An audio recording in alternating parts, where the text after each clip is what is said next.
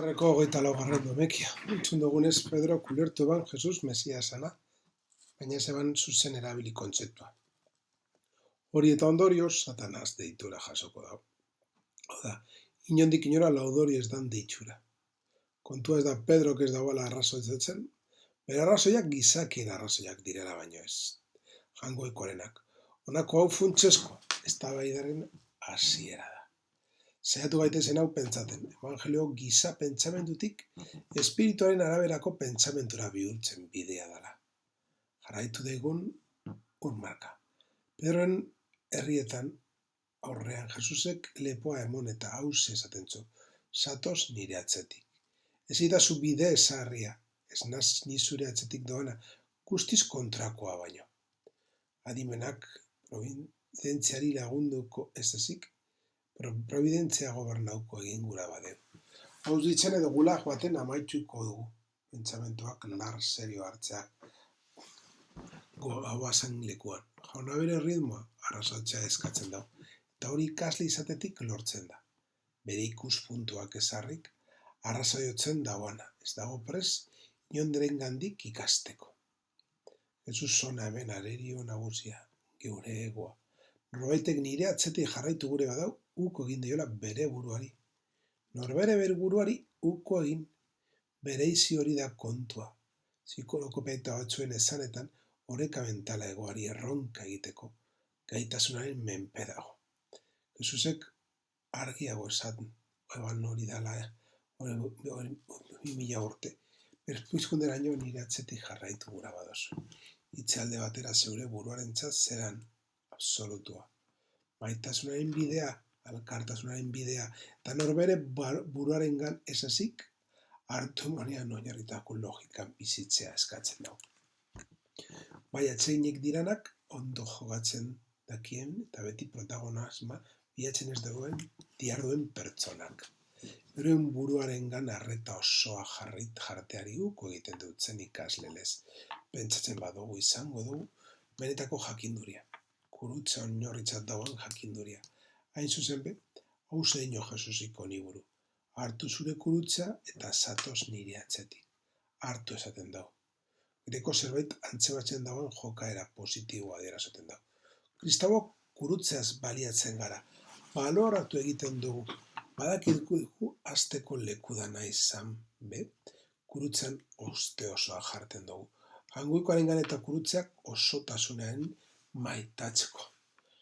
Aukera emoten duzku. Gauzuzek benetan maite izan gintuzan. Gure pekatua, gure kurutzea bere gain hartu eban ezanean, guen hartoz eta ez gure gandik ies eginez. Eta kurutzea ez dago txarto erabiltzen. Kurutzean bizitza bida osala. Antxe baten dugu. Galtzea eta aurkitzea. Bere bizian igaitik eta belgenegaitik galtzen dagoanak, salbatu egingo dau. Bere bizitza galdu eta kristoren aurkitzea oinazea. Gaitzazpena eta eriotza baino sendoagoa da.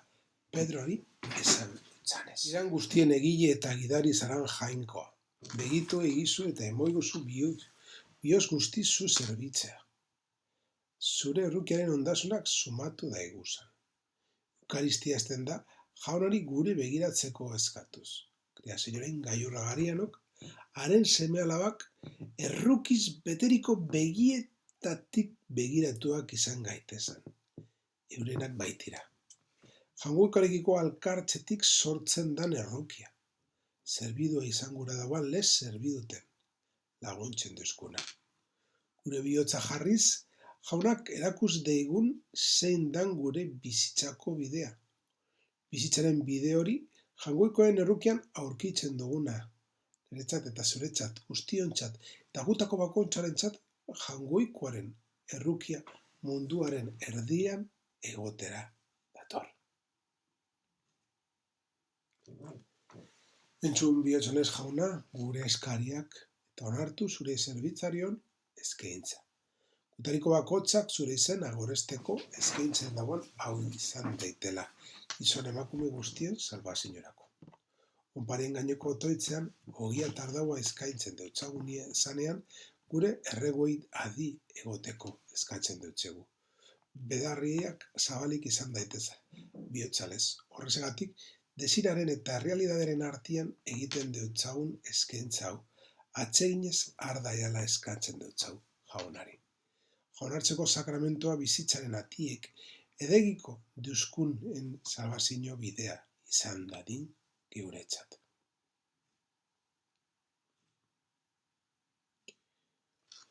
Zeure semearen odolaz eta Espiritu Santoaren indarrez barriro batu nahi izan dituzu zeugana. Pekatuak sakaboniterik eukasan zure seme alabak. Olan zure herriak Hirutasun Santuaren indarrez, eta antzera bat eginda argi erakusten dutzu munduari zer dan eleizea, Kristoren gorputza eta Espiritu Santoaren egoitza, zure neurribako jakituaren gorespenerako. Urtean zeharreko 7. domekako prefazioa, Eliza, Hirutasunaren virtudez irudiaren baturik. Gaurko evangelioak aukeratatzeko prefazioari atea egitzen dutzo. Evangelioan Pedro kontotzen dagoelako, eta aldi berean bere jokabideek fede horiez erakustera daroelako. Beraz jaunak, gutako bakotza biltzen gaitu Kristoen odola eta Espirituaren indarra, hau da, jaunaren emoitza gurutzean eta Espiritu Santoaren bialketa gizateari osoari egia eta bizitza, bidearen inguruan. Horregatik, Eleiza Hirutasunari esker, jangoikoarengan konfiantza erakusteko modu ezberdinak dauzan Eleizak bakar bat dago bateratu da. Baina konfiantza hori leialtasunean, anistasuna onartuz eta biziz agirtzen dan, eta horregatik batzen gaitu, munduko mugetako bakotzaren gana iritze ahal izateko, gure berezitasun espiritual eta bokazionaletik abiatuta. Horregatik jarraitzen dau, prefazioa Kristoren gorputz giza, munduaren erdian erakusten duzku, noruntz eta noraino iritsi behar dugun jangoikoaren jakituria, amaibakoaren aliantzak idatzen gaituen, espirituan zertarako bizi. Jauna, jauetu daia doai zerutarren indarra, eta gure gorputz eta harimaz gure bizitzan indar hori izan dadin nagusi, eta ez gure naia. Azkenik, eureko eukaristia gutako bakotzaren jaunari eskatzen deutzagu, zerutik jaso dugun doaia, emon daiala. Baina ez bakarrik gure otoitzan, ez bakarrik gure espiritualtasunean, baita gure gorputzan eta ekintzan be. Sakramentoen ondorioak ez daitezan iragankorrak izan, gure sentimentuan ondorioz bezik, eta gidari bide, eta izar daitezan Kristoren gana, eroango gaituena. Jangoikoaren ganako eta zeniden ganako maitasuna, gauza guztien gainetik jarriz. Gure Elizbarrutia, asteburunetan, 3 diakonak abadetza hartuko dabe, eta abadetzari jarraitzeko indarra bidabe eta gure laguntza. Eskatuko diogun jangoikoari, geu be, oiain ondoan egon eta beti bizi emoteko pres egon gaitezela.